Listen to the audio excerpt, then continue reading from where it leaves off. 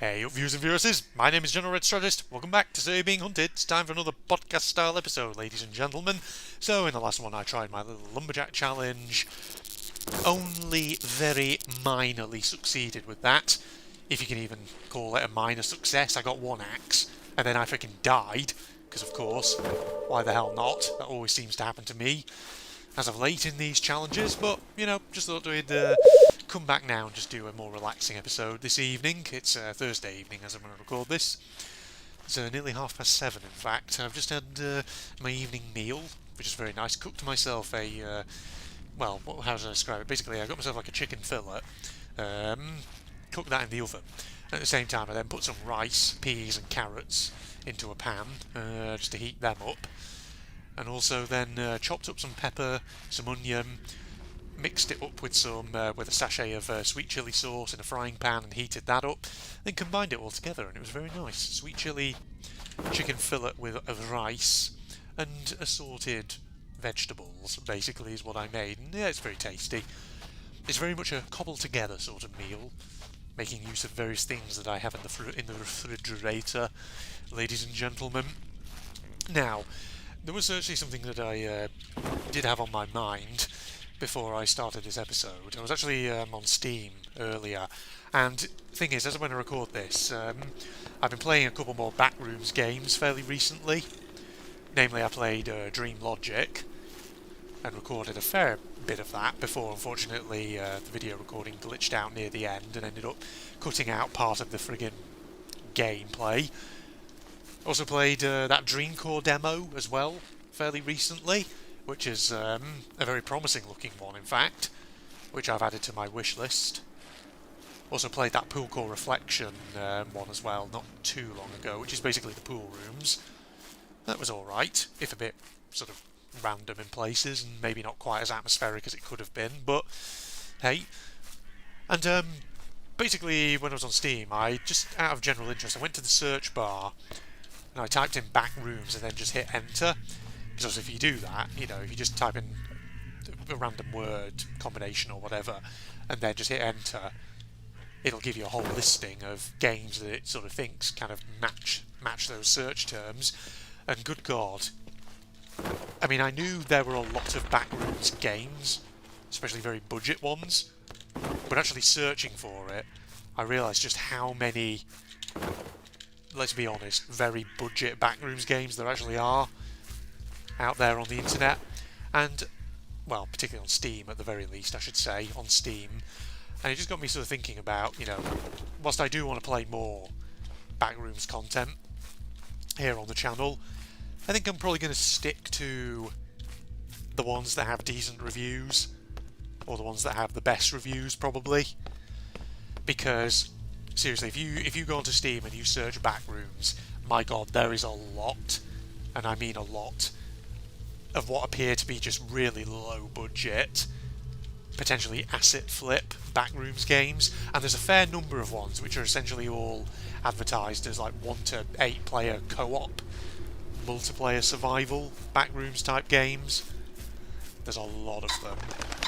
Kind of makes you think, how many of these can people produce before eventually they lose interest in that kind of thing. But, you know, having said that, you know, searching through there were a couple of Backroomsy sort of games which I noticed, ones that were upcoming or ones that had technically been released, which actually do kind of look good, and I've put on my wish list. So there's one called the Backrooms Lost Tape, which I've added to my wish list. It's available, I can buy it at any time, and it looks decent enough. And there was another one, I think, called Lost Hope, something like that, which hasn't been released yet, but I believe is coming out later this year, which also kind of looked decent enough, so I thought, fudge it, I'll add that to the wish list as well. But no, what I was going to sort of say about all this was that, obviously, you know, it's always quite fascinating how with horror games, there's always sort of a certain creepypasta at any one time, which everyone, every man and his dog, seems to be trying to adapt into video game form. So back in, you know, the years of like 2011, 2012, it was always Slender Man, obviously, because he was the big sort of thing back then. And, you know, I just remember there being an absolute friggin' mass of Slenderman games back in those years. I remember old school Markiplier, some of his oldest content was him playing Slender games, like the Slenderman Shadow games, remember those ones? Made in Unity. Really, really old, really budget games. And then of course I think perhaps one of the more sort of other ones from recent years was obviously Siren Head, for instance, who, I'll be honest with you, a lot of Siren Head's games kind of pass me by. I don't think I've ever played any Siren Head games, which is unfortunate. I probably should, because there's probably some good ones, and I'm pretty sure I do have some Siren Head games, either that I've downloaded from itch.io or elsewhere, which I could play at some point. Who knows? So yeah, the Siren Head as well is another creepypasta that obviously went big. Everyone was converting it, or trying to sort of adapt it into video game format, things like that. And no doubt there were other creepypastas as well, ones that I'm not really aware of, which probably also went viral, and everyone was trying to turn them into horror games. But obviously the Backrooms just feels like the latest iteration of that trend, that pattern, I guess you could say.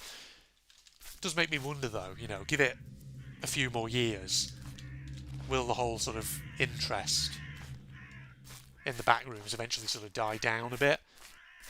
Actually, come to think of it, another sort of creepypasta-ish one that obviously a few years back everyone was trying to make games of was obviously SCP.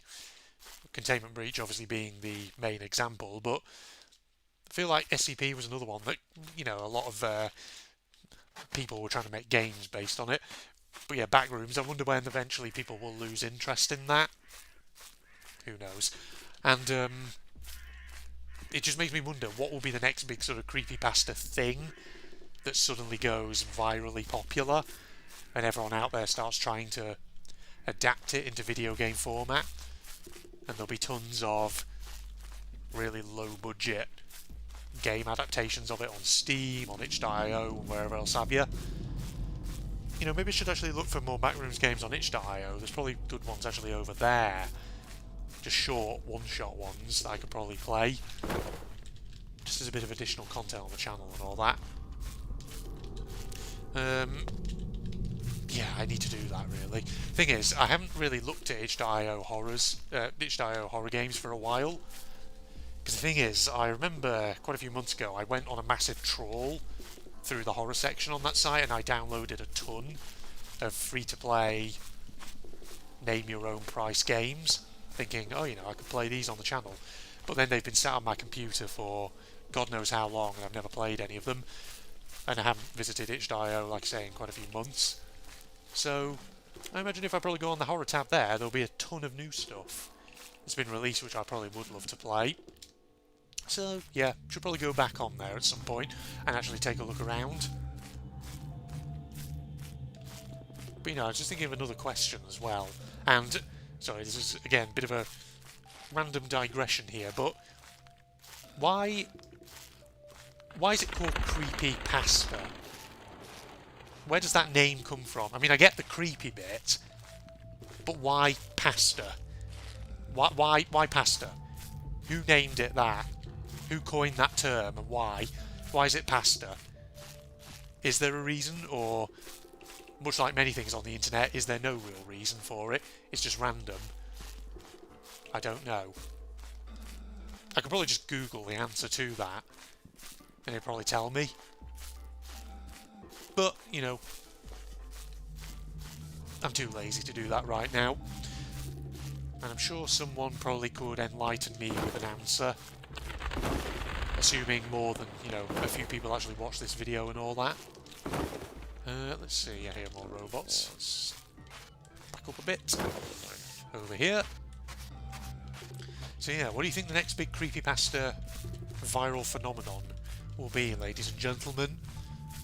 What spooky shizzle will all the teenagers be getting in a tizzy about in, you know, 2, 4, 5, 6 years' time or whatever? Will it be some spooky monster that someone has designed? Or will it be a setting like the back rooms? Will it be something like that? Who knows?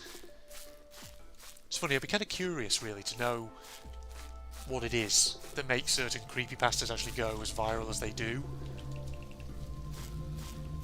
Like Slenderman, for instance. What was it about that people... I don't know, what was it about it that just really struck a chord for many, many people? Was it just the simplicity of the idea and Slenderman's design? Who knows?